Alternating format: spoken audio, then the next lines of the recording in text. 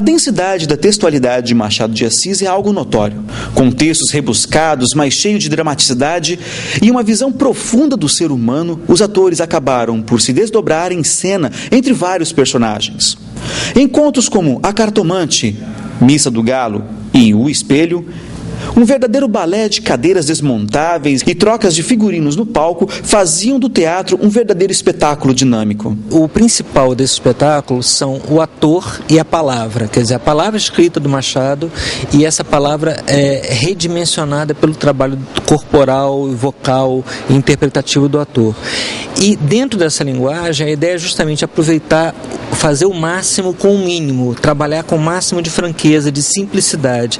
Então, uma cadeira, ela não precisa ser só uma cadeira para ser utilizada em cena. O teatro trabalha com a ideia de síntese. E essa linguagem teatral que a gente usa reforça mais ainda esse caráter de síntese. Então, uma cadeira, ela pode ser utilizada como várias coisas. Ela pode virar uma carruagem, ela pode virar uma escada, enfim. Cada elemento nosso é reutilizado, utilizado multiplamente. É uma espécie de reciclagem cênica que a gente faz. E isso é o que traz o interesse do público para esses detalhes da encenação. Também podemos perceber uma aproximação do público, como por exemplo o pessoal que ficava aqui em cima do palco juntamente com a equipe. Esse espetáculo foi concebido inicialmente para um formato de semi-arena, então é exatamente com essa conformação, mas seriam 3 plateias de igual tamanho, né? Quando a gente se propôs a circular pelas cidades brasileiras, a gente sabe que nem toda cidade tem um espaço adequado à nossa encenação. Mas a gente fez questão, quando a gente encontra um palco razoavelmente largo como esse, a gente fez questão de manter essa relação da plateia com a cena, colocando algumas cadeiras no palco para exatamente a partir dessas pessoas tornar a encenação mais próxima. Mesmo quem está lá na plateia frontal, lá mais distante, ao ver que o ator está se relacionando com um espectador que está no palco, essa pessoa se sente representada e isso cria uma comunhão maior com o espetáculo. A princípio o texto pode ser meio assustador, meio denso, mas como a gente trabalhou bastante, a gente estudou bastante esse texto, ele vai ficando fácil e depois você começa a perceber que na verdade esse texto ele é assim atemporal e então ele está falando da nossa atualidade também. O Machado fala de coisas assim de todas as épocas, né? Ele fala de amor, fala de traição, fala de coisas que a gente vive ainda hoje.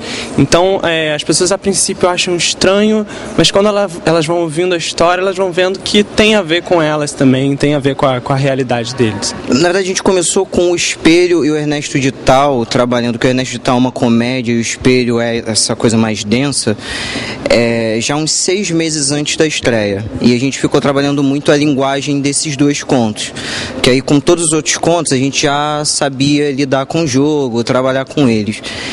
Então, a gente consegue, trabalhando o texto sem se preocupar muito em adaptar para o público e tal, uma preocupação é como que a gente consegue falar esse texto de forma simples, na fala, falando como o trivial e acreditando que com as intenções que a gente dá, o público vai conseguir entender e entrar nele. O corpo e a voz são os recursos usados pelos atores para transmitir a genialidade do autor.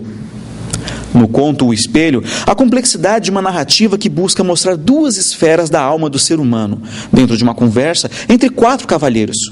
Entre tantos personagens encarnados pelos 3 atores em cena, uma história em conto que fala de uma alma que é de dentro para fora e outra que é de fora para dentro, traçando um paralelo entre a essência da pessoa e o poder que a sociedade lhe coloca nos ombros, que é capaz de desvirtuar o próprio ser humano. Foi uma opção nossa, assim, da direção, principalmente. É uma coisa, vocês podem ver que é muito simples, assim, são 4 cadeiras, 3 atores e 7 contos. A gente começou trabalhando 7 contos, agora estamos rodando com 6 contos.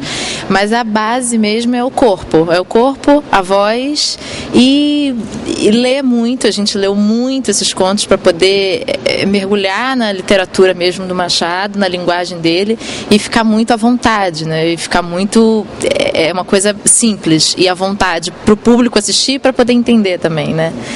E o nosso trabalho foi esse. É um desafio para um ator encarnar esses personagens que são tão complexos quanto os personagens de Machado de Assis?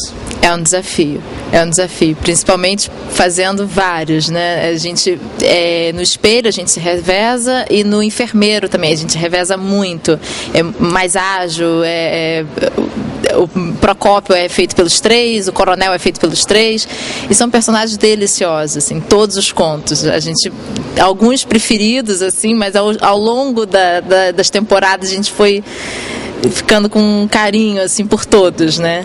Porque é uma delícia interpretar. Outros contos de Machado de Assis também fazem parte desse espetáculo.